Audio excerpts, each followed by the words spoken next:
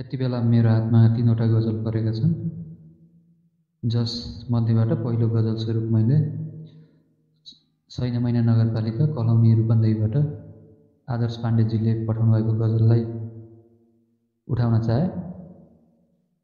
हात चाड्छु म घार देख्दिन, हात चाड्छु म घार देख्दिन, पालीमा बा भान्सामा आमा, सङ्घार देख्दिन। हात चाड्छु म घार देख्दिन, पालीमा बा भान्सामा आमा, सङ्घार देख्दिन।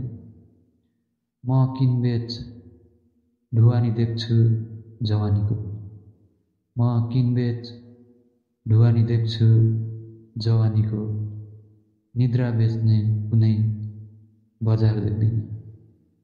हात चाड्छु म घार देख्दिन, पालीमा बा भान्सामा आमा, सङ्घार देख्दिन। म किनबेच ढुवानी देख्छु जवानीको, निद्रा बेच्ने कुनै बजार देख्दिन। हात चाड्छु म घार देख्दिन, पालीमा बा भान्सामा आमा, सङ्घार देख्दिन। म विष्णु रामकृष्ण म कल्की देख्छु, म विष्णु रामकृष्ण म कल्की देख्छु, वेदव्यास र वाल्मीकिको अवतार देख्दिन। म विष्णु रामकृष्ण म कल्की देख्छु, वेदव्यास र वाल्मीकिको अवतार देख्दिन। हात चाड्छु म घार देख्दिन, पालीमा बा भान्सामा आमा, सङ्घार देख्दिन। म किनबेच ढुवानी देख्छु जवानीको, म किनबेच ढुवानी देख्छु जवानीको, निद्रा बेच्ने कुनै बजार देख्दिन। म विष्णु रामकृष्ण म कल्की देख्छु, वेदव्यास र वाल्मीकिको अवतार देख्दिन। धुन बज्छ छातीमा कोही वरिपरि हुँदा, धुन बज्छ छातीमा कोही वरिपरि हुँदा, कमिजको गोजीमा कुनै गिटार देख्दिन। धुन बज्छ छातीमा कोही वरिपरि हुँदा, कमिजको गोजीमा कुनै गिटार देख्दिन। हात चाड्छु म घार देख्दिन, पालीमा बा भान्सामा आमा, सङ्घार देख्दिन। म किनबेच ढुवानी देख्छु जवानीको, निद्रा बेच्ने कुनै बजार देख्दिन। म विष्णु रामकृष्ण म कल्की देख्छु, वेदव्यास र वाल्मीकिको अवतार देख्दिन। धुन बज्छ छातीमा कोही वरिपरि हुँदा, कमिजको गोजीमा कुनै गिटार देख्दिन। हात चाड्छु म घार देख्दिन, पालीमा बा भान्सामा आमा, सङ्घार देख्दिन। थुनेर राख्न मन हो यो मनलाई मलाई, थुनेर राख्न मन हो यो मनलाई मलाई, यो मन उम्किन नसक्ने कारागार देख्दिन। थुनेर राख्न मन हो यो मनलाई मलाई, यो मन उम्किन नसक्ने कारागार देख्दिन। हात चाड्छु म घार देख्दिन, पालीमा बा भान्सामा सङ्घार देख्दिन। म किन अपछि यी देख्छु बडा मानव, म किन अपछि यी देख्छु बडा मानव, भाव देख्छु आजकाल आकार देख्दिन। म किन अपछि यी देख्छु बडा मानव, भाव देख्छु आजकाल आकार देख्दिन। हात चाड्छु म घार देख्दिन, पालीमा बा भान्सामा सङ्घार देख्दिन। म किनबेच ढुवानी देख्छु जवानीको, निद्रा बेच्ने कुनै बजार देख्दिनँ। म विष्णु रामकृष्ण म कल्की देख्छु, वेदव्यास र वाल्मीकिको अवतार देख्दिनँ। धुन बज्छ छातीमा कोही वरिपरि हुँदा, कमिजको गोजीमा कुनै गिटार देख्दिनँ। थुनेर राख्न मन हो यो मनलाई मलाई, थुनेर राख्न मन हो यो मनलाई मलाई, यो मन उम्किन नसक्ने कारागार देख्दिनँ। म किन अपछि यी देख्छु बडमालामा, म किन अपछि यी देख्छु बडमालामा। भाव देख्छु आजकाल आकार देख्दिनँ, हात चाड्छु म घार देख्दिनँ। पालिन बा भान्सन आमा सङ्घार देख्दिनँ। निकै भावपूर्ण गहन, अत्यन्तै गहन चिन्तनबाट चाहिँ सम्प्रेषण गरिएको गजल आदर्श पाण्डेजीको। आदर्श पाण्डेजीलाई धेरै धेरै धन्यवाद गजलको लागि।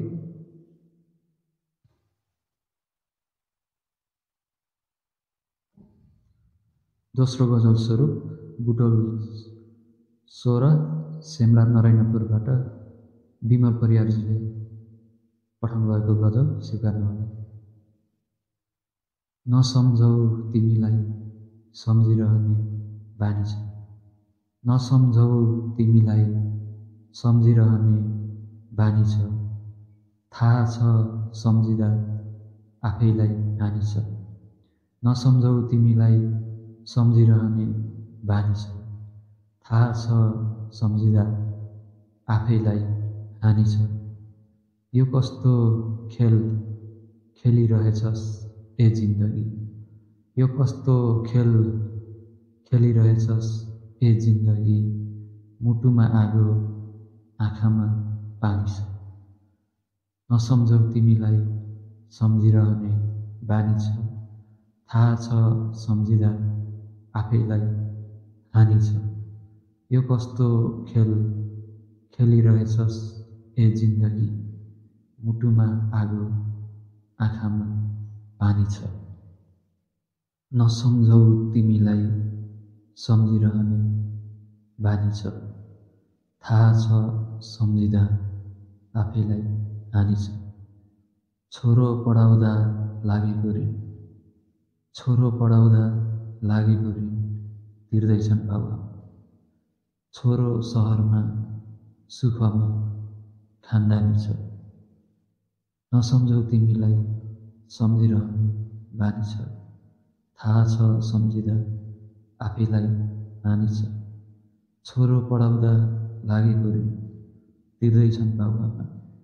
छोरो सहरमा सुखमा खानदानी छ। कर्णालीमा बाटो पुगेन, अस्पताल पुगेन। कर्णालीमा बाटो पुगेन, अस्पताल पुगेन। महाशयहरूको सेवामै राजधानी छ, नसम्झौ तिमीलाई सम्झिरहने बानी छ। थाहा छ सम्झिँदा आफैलाई हानि छ। कर्णालीमा बाटो पुगेन, अस्पताल पुगेन। महाशयहरूको सेवामै राजधानी छ, नसम्झौ तिमीलाई सम्झिरहने बानी छ। थाहा छ सम्झिँदा आफैलाई हानि छ। यो कस्तो खेल खेलिरहेछस् ए जिन्दगी। मुटुमा आगो आँखामा पानी छ। साइली रहरले अर्कैको मायामा फसिन्छ। साइली रहरले अर्कैको मायामा फसिन्छ। साइलो रहरको पोको बोकेर मुग्लानी छ। साइली रहरले अर्कैको मायामा फसिन्छ। साइलो रहरको पोको बोकेर मुग्लानी छ, नसम्झौ तिमीलाई सम्झिरहने बानी छ। थाहा छ सम्झिँदा आफैलाई हानि छ। यो कस्तो खेल खेलिरहेछस् ए जिन्दगी। मुटुमा आगो आँखामा पानी छ। साइली रहरले अर्कैको मायामा फसेछे। साइली रहरले अर्कैको मायामा फसेछे। साइलो रहरको पोको बोकेर मुम्लान्छ। नसम्झौ तिमीलाई सम्झिरहने बानी छ। थाहा छ सम्झिँदा आफैलाई हानि छ। उसको पैसाको अगाडि कसरी भुल्यौ तिमीले? उसको पैसाको अगाडि कसरी भुल्यौ तिमीले?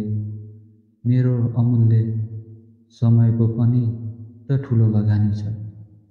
उसको पैसाको अगाडि कसरी भुल्यौ तिमीले? मेरो अमूल्य समयको पनि त ठुलो लगानी छ। नसम्झौ तिमीलाई सम्झिरहने बानी छ। थाहा छ सम्झिँदा आफैलाई हानि छ। उसको पैसाको अगाडि कसरी भुल्यौ तिमीले? मेरो अमूल्य समयको पनि त ठुलो लगानी छ। छोरो पढाउँदा लागेको रे तिर्दैछन् बाबुआमा। छोरो सहरमा सुखमा खानदानी छ। नसम्झौ तिमीलाई सम्झिरहने बानी छ। थाहा छ सम्झिँदा आफैलाई हानि छ। यो कस्तो खेल खेलिरहेछस् ए जिन्दगी? मुटुमा आगो आँखामा पानी छ। कर्णालीमा बाटो पुगेन, अस्पताल पुगेन। महाशयहरूको सेवामै राजधानी छ।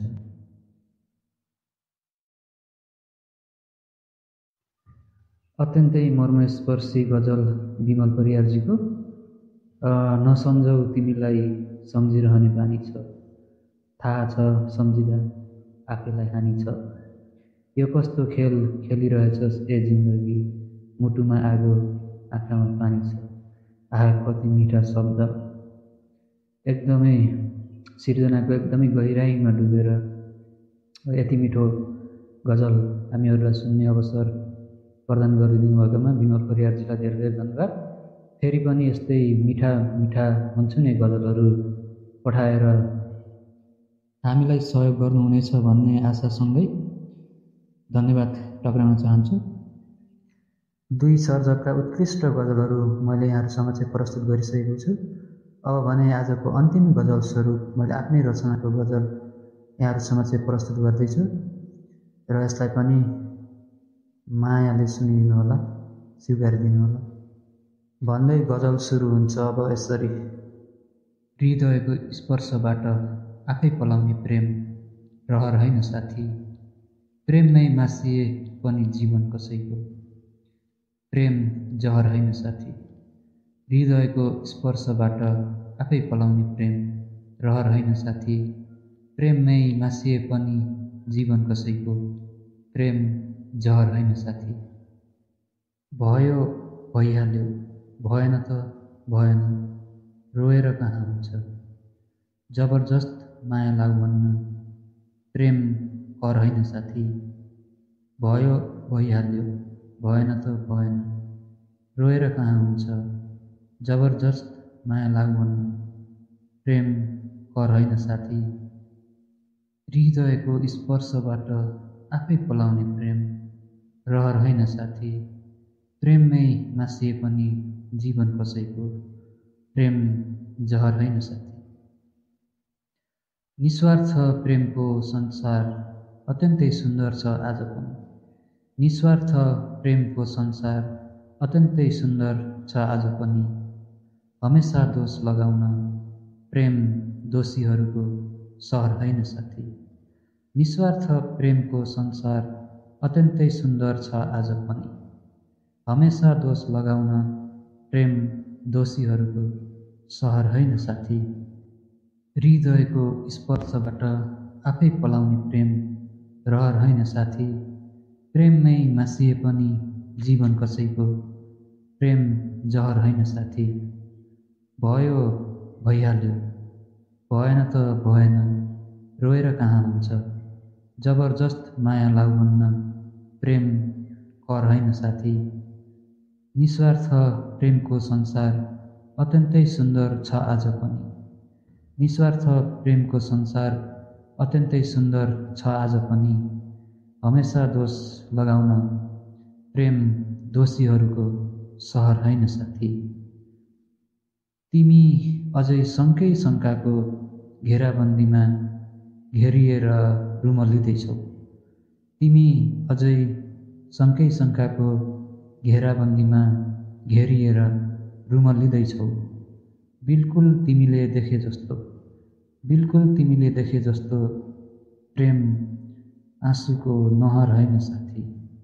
तिमी अझै शङ्कै शङ्काको घेराबन्दीमा घेरिएर रुमल्लिँदैछौ। बिल्कुल तिमीले देखे जस्तो प्रेम आँसुको नहर होइन साथी। हृदयको स्पर्शबाट आफै पलाउने प्रेम रहर होइन साथी। प्रेममै मासिए पनि जीवन कसैको प्रेम जहर होइन साथी। तिमी अझै शङ्कै शङ्काको घेराबन्दीमा घेरिएर रुमल्लिँदैछौ। बिल्कुल तिमीले देखे जस्तो प्रेम आँसुको नहर होइन साथी। हृदयको स्पर्शबाट आफै पलाउने प्रेम रहर होइन साथी। प्रेममै मासिए पनि जीवन कसैको प्रेम जहर होइन साथी।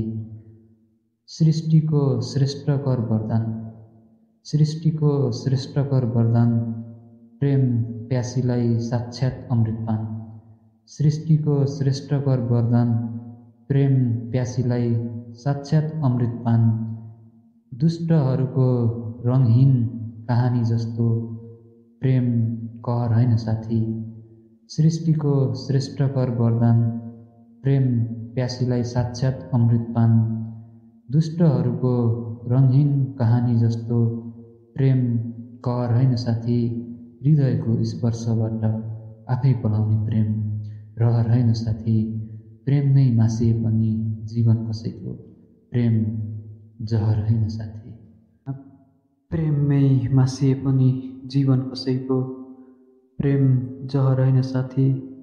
प्रेममै मासिए पनि जीवन कसैको प्रेम जहर होइन साथी।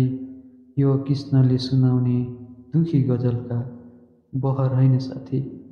प्रेममै मासिए पनि जीवन कसैको प्रेम जहर होइन साथी।